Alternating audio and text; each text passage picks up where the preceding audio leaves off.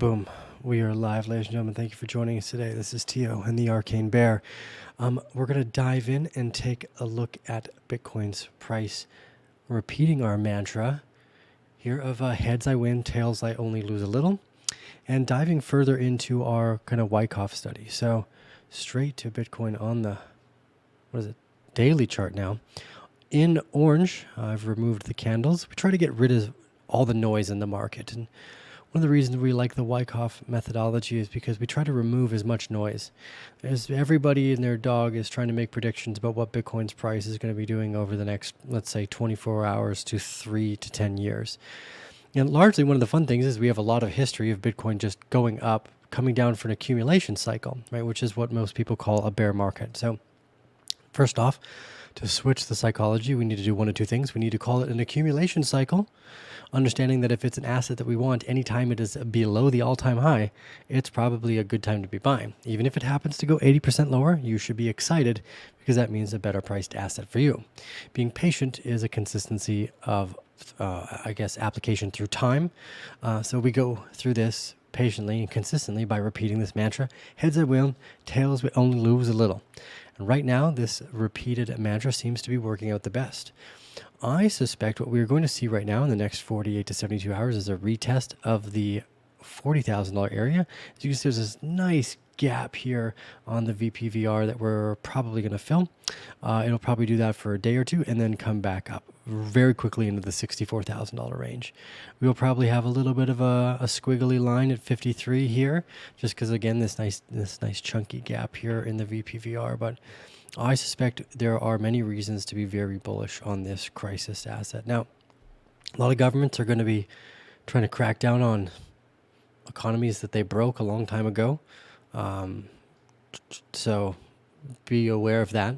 One of the reasons why Bitcoin first flew to $1,000 when I was around was because of the collapse in the Cypriot banking system. So Bitcoin actually is a crisis asset more than an asset against a hedge of inflation.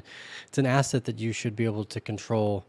It should be a sovereign asset, I guess, right? Like, do I maintain ownership over my property? Or now more and more so we're understanding our identity and our governance structures. And one of the unique things about technology is it can kind of remove the middleman. So Bitcoin here is a really bullish bet on one of those three. Now, there are other ways to look at the, obviously, identity and governance, but nonetheless, Bitcoin's focus is monetary peer-to-peer transactions. It has been our North Star and guiding light for the use case of this technology. So I think we're going to get a gap fill, $40,000 if we're lucky, and then we're just going to move very, very quickly higher.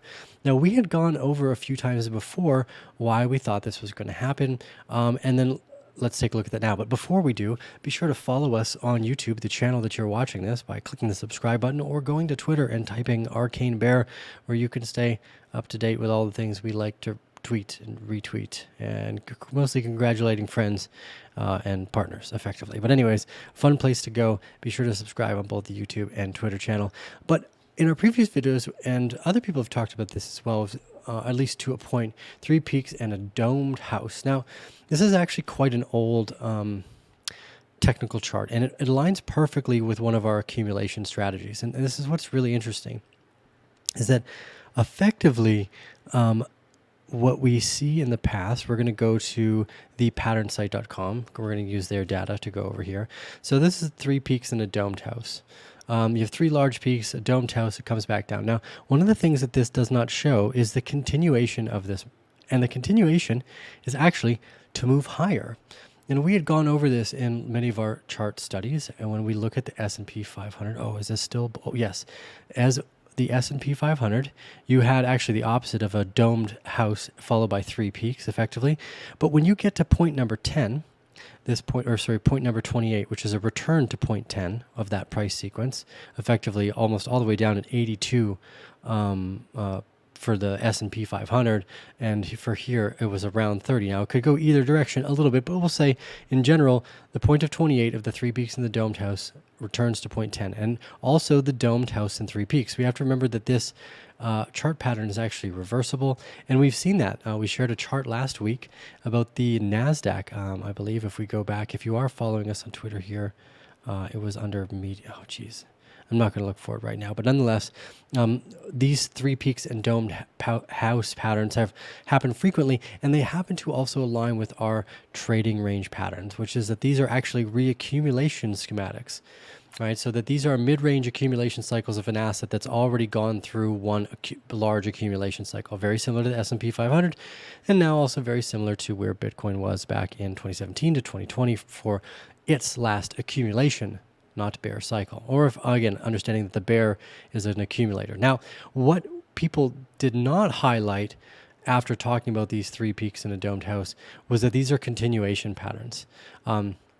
And then largely what you see after the plunge is the moves go much, much higher. So these are bear reversal patterns. So it originally looks like a bear pattern. It drops you all the way back down to 0.10, and then it goes fucking skyrocketing. So with the S&P 500, as you can tell, after we had three peaks in a domed house, we returned all the way approximately to where point number 10 was, what they're calling point number 28 here, this dip into the center of the trading range here, equivalent to point 10. Let's see here, yeah, like this. Here is the roof, and then bam, returns all the way back down to the basement floor. Bam, here, boof, like this. But afterwards, it was a continuation pattern. And this is not highlighted on any of these thesis for some reason. It's effectively the most important part, I believe, of this pattern, because it brings two things together. Peak fear. People were thinking about the potential of World War III right here, and consistent accumulation in the asset.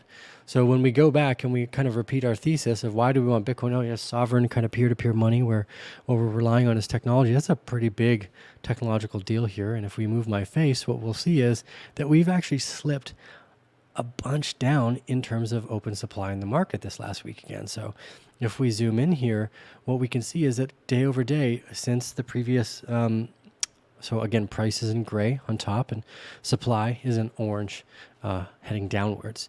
And what we're seeing is bullish divergence. The supply is being chewed up while the price is staying nominal.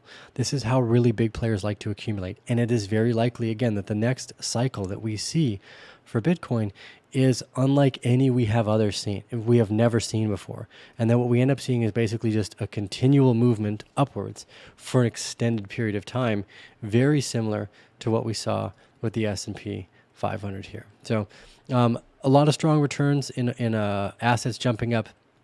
Again, this looks to me very bullish across the line.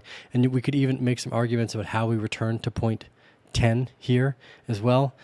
So this three-peaked and domed house study alongside of the Wyckoff trading range is really important. Obviously, any of you who have seen a Wyckoff trading range, you'll recognize how you would draw a range around the three peaks and the floor of the first house with the roof and the breakout.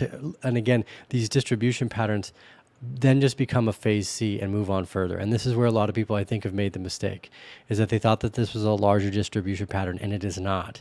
It is a reversal signal. And again, when we've seen the reversals in the past, as with the S&P 500, we saw a very, very, very sharp move to the upside in the following years to come. So if we scale out the S&P 500 here and we equate to where we just were with Bitcoin, we've got a long ways to go to the upside. So super exciting. I do believe we're going to continue up, but we're going to have a backfill to around 40 grand. Everyone's going to say, oh, dead cat bounce, although I'm not sure they don't recognize, but those usually happen within a day or two after the primary drop. And if it happens a month later, it's definitely not a dead cat bounce. It's not even relevant. For a month, nothing happens for something you dropped a month later. That's way too spooky. So here, again, just stay calm and confident within the mantra. This is why, again, long-term accumulation strategies pay off. A lot of people are like, oh my God, is it going to dip? It's like, dude, what did Juice is like, we've had 3 months of lower prices. And this is why strategy pays off over timing every step of the way. So anyways, this Tea with the Arcane Bear. Hope you guys are doing great. There's a lot of really fun things happening in the market. I don't want to kind of diverge too much in the conversations, but check out the podcast we had with CTX President Q from the Come to Us. They are developing a platform for games. Actually, here it is. We can see it on the screen here. this, they're doing a giveaway too. Oh, that's not that one. Although that's a good read too. Really excited about what C2X is doing. We're keeping an eye on that. But I think, yeah, we've hit the bottom of Bitcoin, and we're going to see a lot of other strength in the altcoin sector as well. Maybe I'll make a video and chat about that later today, just on my own riff and rant, not in a nice little production version like this. Anyways, boom. Stay with the Arcane Mirror. Thank you, ladies and gentlemen, for joining us on another episode today.